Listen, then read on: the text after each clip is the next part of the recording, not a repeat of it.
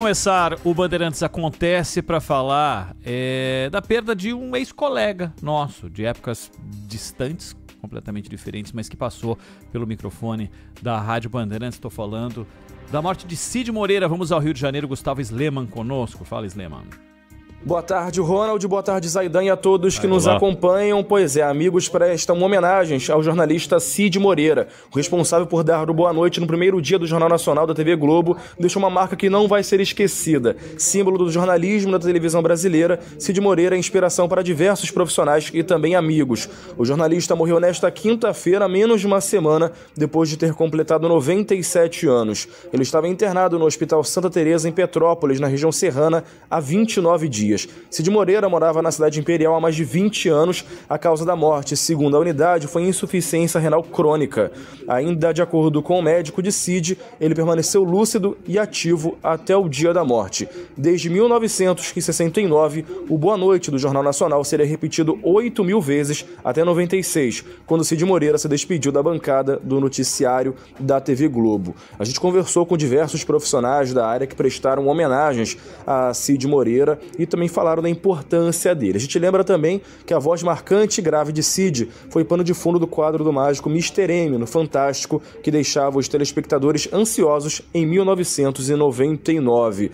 Cid Moreira, que é um profissional que chegou a gravar a Bíblia e também foi voz da vinheta da Copa do Mundo de 2010 para os programas da Rede Globo, que fazia alusão à famosa e infame bola Jabulani, também deixou sua marca em outros programas do entretenimento. O sepultamento deve acontecer em Taubaté, ainda não há data e horas definidas para o velório. Cid Moreira, que deixa a esposa Fátima Moreira e 2 filhos. Opa, boa, obrigado, meu caro Gustavo Sleman.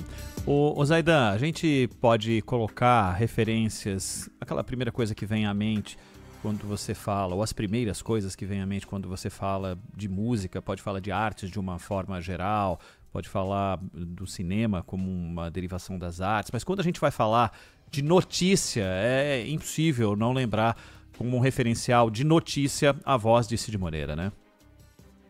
Claro, o Cid Moreira não só a voz, mas a técnica, uma técnica extraordinária, né? E é bom lembrar que houve um período quando ele e Sérgio Chapelin faziam o Jornal Nacional, que eles tinham naquele horário 70% de audiência. Era uma coisa impressionante. E isso dia após dia, né? Não era uma coisa eventual, porque aconteceu algo por causa de uma importante. notícia, né, Zé? Por causa de algo específico, né? Não. O Jornal Nacional foi uma marca e merecia esse nome, porque o país inteiro, né, assistia. E o Cid Moreira, eu já contei esse caso aqui, mas repito, não é a primeira vez nem a segunda, mas repito porque é uma demonstração da técnica. Houve um dia, uma noite no Jornal Nacional, em que ele leu, claro, mandaram ler, né, um editorial escrito pelo Roberto Marinho, dono da Globo, descendo a ripa no Leonel Brizola. E com um ataque muito forte.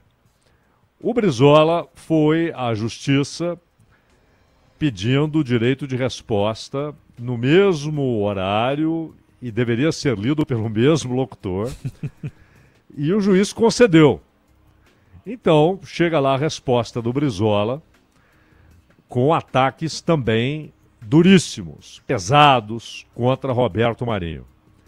Ora, ele não poderia escolher uma leitura com desdém ao que ele estava lendo, ele não poderia desdenhar o texto do Brizola, claro que não, até porque era uma ordem judicial, e claro, também não poderia dar uma ênfase excessiva, né, às porretadas do Brizola no Roberto Marinho.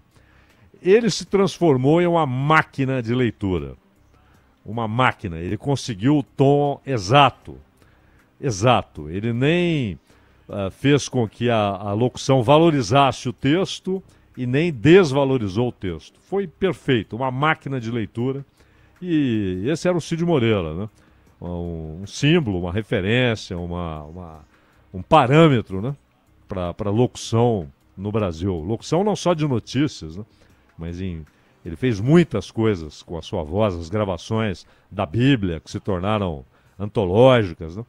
Enfim, e 97 anos, uma vida longeva, e não faz muito tempo conversou com o Milton Neves aqui na Bandeirantes, uma entrevista muito longa. Enfim, fez uma história formidável no rádio e na TV. E muito bom saber da notícia trazida pelo Gustavo Sleman, de que até os últimos momentos carregou lucidez. Isso é muito bom que tenha sido exatamente dessa forma.